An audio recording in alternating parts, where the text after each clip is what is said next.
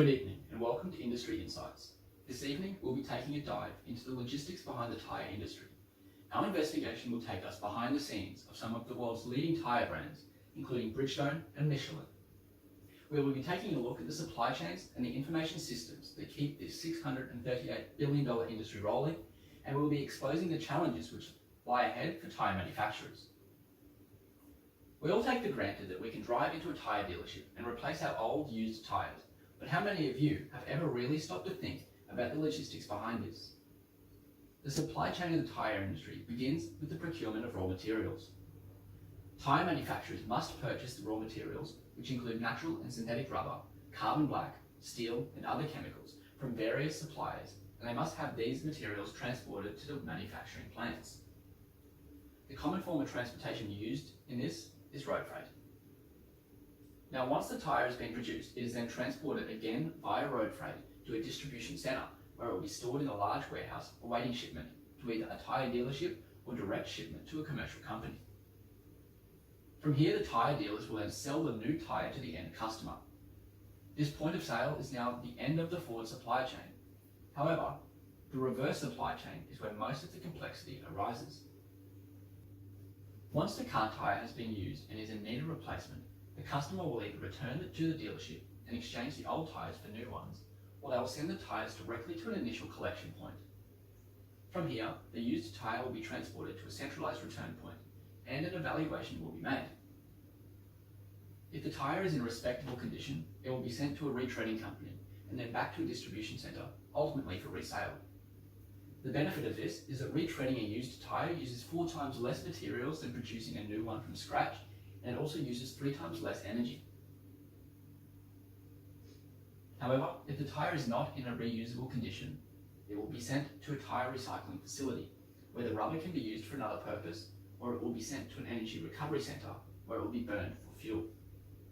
The final option though, and this is the least sustainable result, is that the tyre ends up in landfill or an incineration plant. So due to the differentiated nature of the product being sold and the lack of supply chain visibility, companies in the tyre industry face many logistical issues in ensuring their operations run smoothly.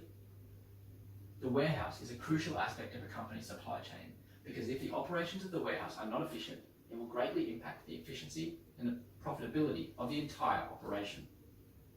To address this issue, companies utilise decision support systems to help managers make decisions based off data modelling and analytics. By using this data-driven decision-making, it has been shown that companies are 5% more productive and 6% more profitable than their competitors who do not adopt the same technology. One such system is the warehouse management system.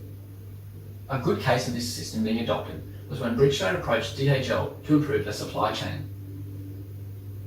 This resulted in DHL implementing a best-in-class warehouse management system, and the decision allowed for a more integrated supply chain by using a common platform for all of Bridgestone's products. They were also able to improve the visibility of the product movement overall. Other types of information systems used in this industry include transaction processing systems, which collect and store data through technologies such as RFID and barcoding, as well as management information systems, which convert this data collected by the transaction processing systems, and they convert it into information which can be used to monitor and manage the performance of the supply chain. The challenges facing the tyre industry are far greater than just trying to maintain an efficient supply chain though. Sustainability of the whole industry is also a key issue. The 1 million tonnes of scrap tyres which are produced and disposed of annually is quite an alarming figure given the largely detrimental techniques used to dispose of these tyres.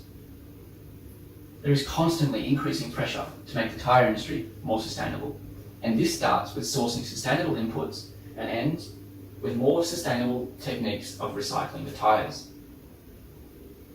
Current initiatives for using scrap tyres includes using them for energy production in concrete factories where they are burned for fuel, or using them as an ingredient in cement or bitumen. Another challenge facing the industry is the technological changes the world is witnessing and the impact this is having on how tyres are made and how they are used. The fast growth of automation and the Internet of Things mean that soon even tyres are going to be connected to the Internet. and therefore tyre manufacturers are going to be forced to innovate. They're going to be forced to incorporate some of this technology into their tyres. And so although these changes are ultimately for the better of society and they will improve road safety, they're also going to come at a cost. And this cost is going to be the financial and logistical short-term challenges that the industry will face. Because those that don't overcome the challenges and adopt this new technology, well, they're going to be the ones left in the dust of those that do. My name is Braden Hartley, and it has been a pleasure hosting you for another episode of Industry Insights. I look forward to seeing you tomorrow night. Good night.